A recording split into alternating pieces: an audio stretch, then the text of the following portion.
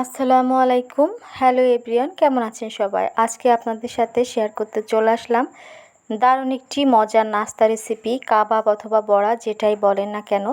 তো কিভাবে তৈরি করলাম এত মজার এবং সুস্বাদু একটি জিনিস, সেটা আজকে আপনাদের সাথে রেসিপি আকারে শেয়ার করব। তো আপনারা যারা রেসিপি দেখতে ভালোবাসেন বা তৈরি করে খেতে ভালোবাসেন, তারা কিন্তু চাইলে আমার এই সহজ ছোট্ট এই ভিডিওটি দেখে এই রকমভাবে বানিয়ে খেতে পারেন। তো এই কাবাব বানানোর জন্য আমার যা যা প্রয়োজন, যে সমস্ত উপকরণ প্রয়োজন সেগুলো এখানে নিয়ে নিয়েছি। এখানে আমি কিছু পরিমাণ মসুর ডাল নিয়েছি, সেগুলো ভিজিয়ে রেখে বেটে নিয়েছি। এখানে আমি নিয়েছি রসুন, জিরা আর ধনিয়া একসাথে বেটে নিয়েছি। 80% সিদ্ধ করে নিয়েছি একটা ছোট সাইজের আলু। এখানে নিয়েছি আমি 2টা পেঁয়াজ কুচি, সাথে 3-4টা কাঁচামরিচ কুচি।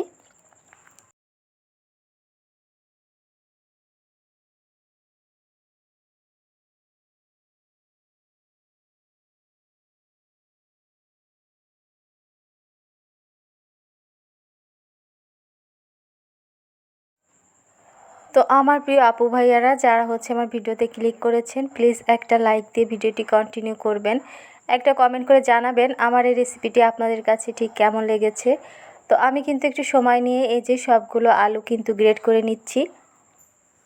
তো এখানে কিন্তু সামান্য কয়েকটা উপকরণ আছে, কিন্তু অসাধারণ স্বাদের একটি কাবাব তৈরি হবে, যেটা চাইলে আপনি কিন্তু পোলাও, বিরিয়ানি অথবা এমনিতেও খেতে পারবেন। বর্তমানে বৃষ্টিমুখর সারাটা দিন, চাইলে কিন্তু বৃষ্টিমুখর এই সন্ধ্যায় 1 কাপ চায়ের সাথেও কিন্তু মজার এই কাবাবটি আপনি খেতে পারেন, যেটা আপনার সন্ধ্যার নাস্তাকে একদম জমিয়ে দিবে। তো আলুগুলো কিন্তু আমার গ্রেট করা হয়ে গিয়েছে। এখন আমি যে চিকেনটা রেখেছিলাম সেটা আমি একদম কিমা করে নিয়েছি। তো আমি তো পাটাতেই কিমা করে নিয়েছি, আপনার চাইলে ব্লেন্ডারেও কিমা করে নিতে পারেন। তো এখন আমি সমস্ত উপকরণগুলো একসাথে মিক্সড করব। এখানে নিয়ে নিলাম চিকেনের কিমা, আর এখন এখানে আমি পেঁয়াজ কুচি এবং সাথে মরিচ কুচি অ্যাড করে দিব। এখানে আমি একটু স্বাদ বাড়ানোর জন্য নিয়ে নিব ম্যাগি মশলা কিছুটা। আপনারা চাইলে কিন্তু ম্যাগি মশলাটা স্কিপ করতে পারেন, এবং যারা খুব বেশি ধনিয়া পাতা খেতে পছন্দ করেন তারা চাইলে কিন্তু এই কাবাবে ধনিয়া পাতা ইউজ করতে পারেন। তো ব্যক্তিগতভাবে যেহেতু আমি ধনিয়া পাতা খুব একটা পছন্দ করি না, তাই এখানে আমি কিন্তু ধনিয়া পাতাটা দেইনি।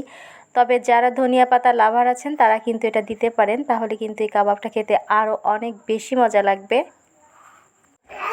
এরপর এখানে আমি পরিমাণ মতো হলুদ গুঁড়ো দিয়ে দিলাম পরিমাণ মতো লবণ। লবণটা একটু চেক করে দেখবেন, খুব বেশি লবণ হয়ে গেলে কিন্তু কাবাবের স্বাদটা নষ্ট হয়ে যাবে। তাই লবণটা একদম একটু পরিমাণ মতো মেপে দিবেন, আপনার যতটুখানি প্রয়োজন ঠিক ততটাই দিবেন। তো এখন আমি খুব ভালো করে সমস্ত উপকরণ একসাথে সুন্দর করে মেখে নিব। এখানে চাইলে কিন্তু আপনারা একটা ডিমও ব্যবহার করতে পারেন। তো আমি ডিমটা রেখেছিলাম, বাট আমার এটা দিতে ভুলে গিয়েছিলাম। তবে ডিমটা দিলে কিন্তু আরও বেশি মজা হতো, এটা আর একটু ক্রিস্পি ভাব হতো। তো খুব ভালো করে মেখে নিয়ে এখন আমি কাবাবের একটা শেপ দিয়ে নিব। যদি কাবাবের শেপটা দিয়ে নিই তাহলে কি হবে, যখন আমি এটা ভাজবো তখন কিন্তু আমার এই কাজটা একটু তাড়াতাড়ি হয়ে যাবে, একসাথেই পরপর আমি দিয়ে দিতে পারবো। তো এই জন্য আমি আগে কাবাবের শেপগুলো এই যে সুন্দর করে গোল গোল করে দিয়ে নিচ্ছি।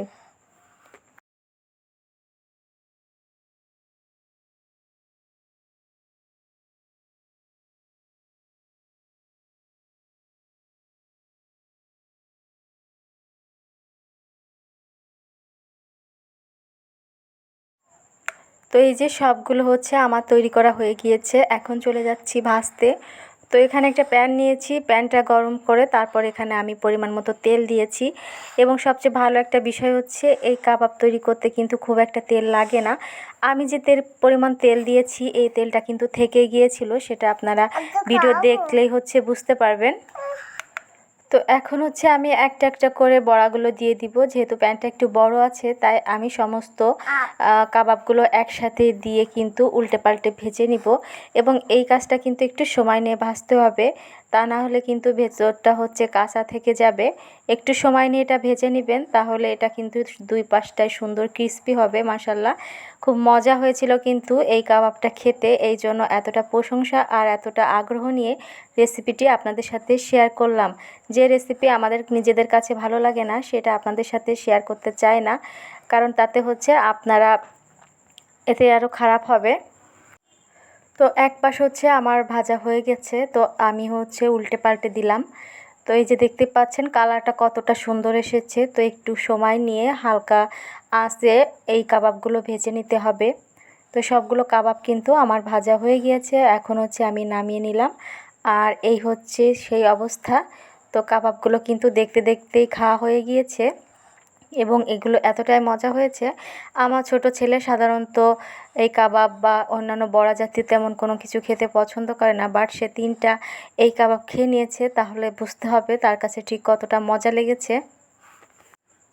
এবং আমিও কিন্তু বরাবরই এরকম ভাজা পোড়া খেতে খুবই পছন্দ করি। তো এই যে হয়ে গেল আমার কাবাব রেসিপি। যদি ভালো লেগে থাকে আপনারা বাসায় একবার ট্রাই করে দেখবেন, বানাবেন আর কমেন্ট করে জানাবেন আমার এই রেসিপি আপনাদের কাছে কেমন লেগেছে। দেখা হবে নতুন কোনো ভিডিওর সাথে। সবাই ভালো থাকবেন, সুস্থ থাকবেন। আল্লাহ হাফেজ।